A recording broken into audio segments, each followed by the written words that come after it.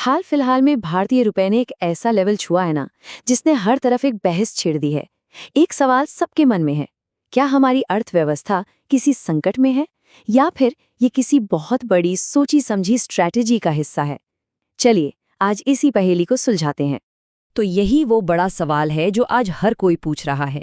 देखिए, जब कोई भी करेंसी अपने रिकॉर्ड लो पर पहुंचती है तो जाहिर है चिंता तो होती ही है। लेकिन क्या पूरी कहानी बस इतनी सी है या फिर कुछ ऐसा है जो पहली नजर में हमें दिखाई नहीं दे रहा? ये देखिए, हाल ही में रुपए ने डॉलर के मुकाबले पहली बार 90 का आंकड़ा पार कर लिया।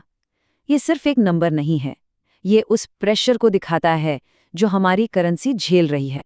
लेकिन जैसा मैंने कहा, इस कहानी का एक दूसरा पहलू भी है। और वो दूसरा पहलू हमें मिलता है रिजर्व बैंक ऑफ इंडिया के जवाब से। उनका कहना है कि देखिए, हम किसी खास लेवल को टारगेट नहीं कर रहे हैं, हम तो मार्केट को ही कीमत तय करने दे रहे हैं। अब ये बयान ना इस बात की तरफ इशारा करता है कि रुपए का गिरना शायद कोई एक्सीडेंट नहीं, बल्कि एक सोचा समझा फैसला हो सकता है। पर सवाल वही है, आखिर क्यों? इस क्यों का जवाब हमें मिलता है इकोनॉमिक्स के एक बहुत ही बुनियादी सिद्धांत में।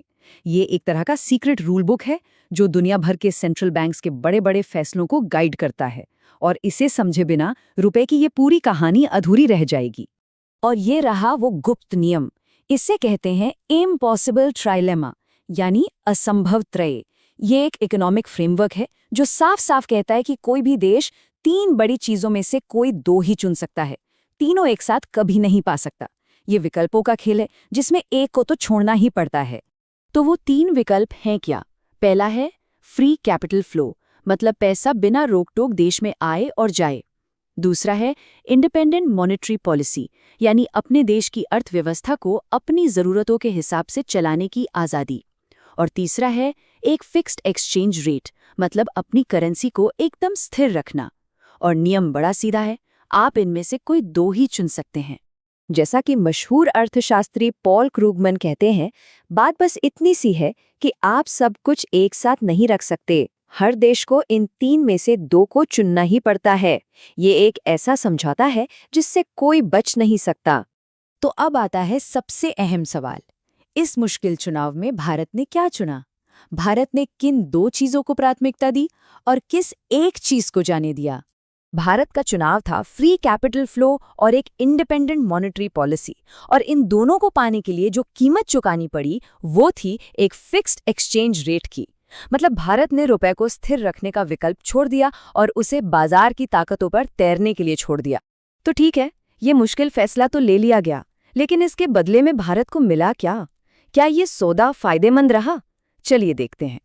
पहला नतीजा ये रहा, जबरदस्त इकोनॉमिक ग्रोथ। अपनी मॉनेटरी पॉलिसी स्वतंत्र होने की वजह से आरबीआई ग्रोथ को सपोर्ट करने के लिए जरूरी कदम उठा पाया और नतीजा ये हुआ कि जीडीपी ग्रोथ 8.2% पर पहुंच गई, जो पिछले 6 क्वार्टर्स में सबसे ज्यादा है। और दूसरा बड़ा नतीजा, महंगाई पर कंट्रोल। आरबीआई का सबसे पहला काम कीमतों को स्थिर रखना होता है। और देखिए, अक्टूबर 2025 में महंगाई दर सिर्फ 0.25% पर आ गई। ये दिखाता है कि आरबीआई अपने घरेलू लक्ष्यों पर फोकस करने में पूरी तरह कामयाब रहा है।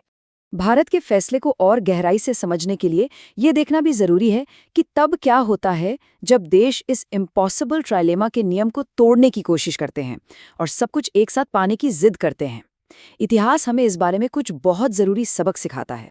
1992 में ब्रिटेन का ब्लैक वेंसडे, 1997 का एशियाई वित्तीय संकट या 2001 में अर्जेंटीना का आर्थिक पतन, ये सभी इस बात के उदाहरण हैं कि जब भी देशों ने इस नियम को नजरअंदाज किया तो अंजाम बहुत बुरा हुआ है। तो फिर भारत की पॉलिसी को क्या कहेंगे? इसे कहते हैं मैनेज्ड फ्लोट।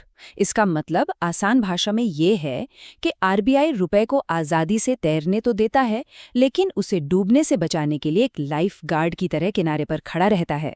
वो किसी एक लेवल को बचाने की कोशिश नहीं करता, लेकिन अगर मार्केट में बहुत ज़्यादा उथल-पुथल हो तो वो बीच में आकर हालात को संभालता है। तो इस पूरी स्ट्रैटेजी के पीछे का लॉजिक क्या है? देखिए, इससे हमारा फॉरेन एक्सचेंज रिजर्व बचता है, हमारे एक्सपोर्ट सस्ते और ज्यादा कॉम्पिटिटिव हो जाते हैं, आरबीआई को देश की ग्रोथ पर फोकस करने की आज़ादी मिलती है और सट्टेबाजों के लिए भी रुपए के खिलाफ दांव लगाना मुश्किल हो जाता है। यानी गिरता हुआ रुपया यहाँ कमजोरी नहीं, बल्कि एक स्ट्रैटेजिक टूल है। और जैसा कि एक्सपर्ट सच्चिदानंद शुक्ला कहते हैं, एक फ्लेक्सिबल करेंसी इकोनॉमी के लिए एक शॉक एब्जॉर्बर की तरह काम करती है। ये बाहरी झटकों को खुद झेल लेती है ताकि देश की अंदरूनी अर्थव्यवस्था पर उसका असर कम से कम हो। तो हम वापस उसी सवाल पर आ गए हैं।